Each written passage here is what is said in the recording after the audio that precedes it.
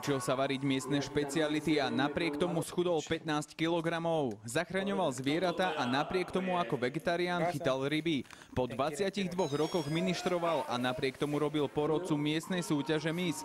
Toto je len zlomok toho, čo Laco Ďurkovič počas svojej misie v Hondurase zažil. Takže máme tu nového Laca pred nami. Nie, starý Laco, ale v novej košeli. Kánoe je základný dopravný prostriedok, ktorý vedia miestni vyrobiť za jeden deň z kusu stromu. Lacovi v rieke plnej krokodílov a bahna umožnili jedno kánoe s motorom viesť, ale to ešte nevedeli, čo sa stane.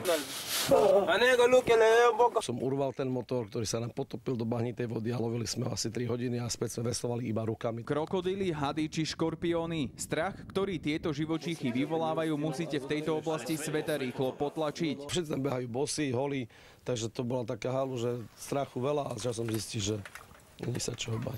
Cieľom jeho cesty bola dôležitá misia, a to vzdelávanie a dobrovoľníctvo.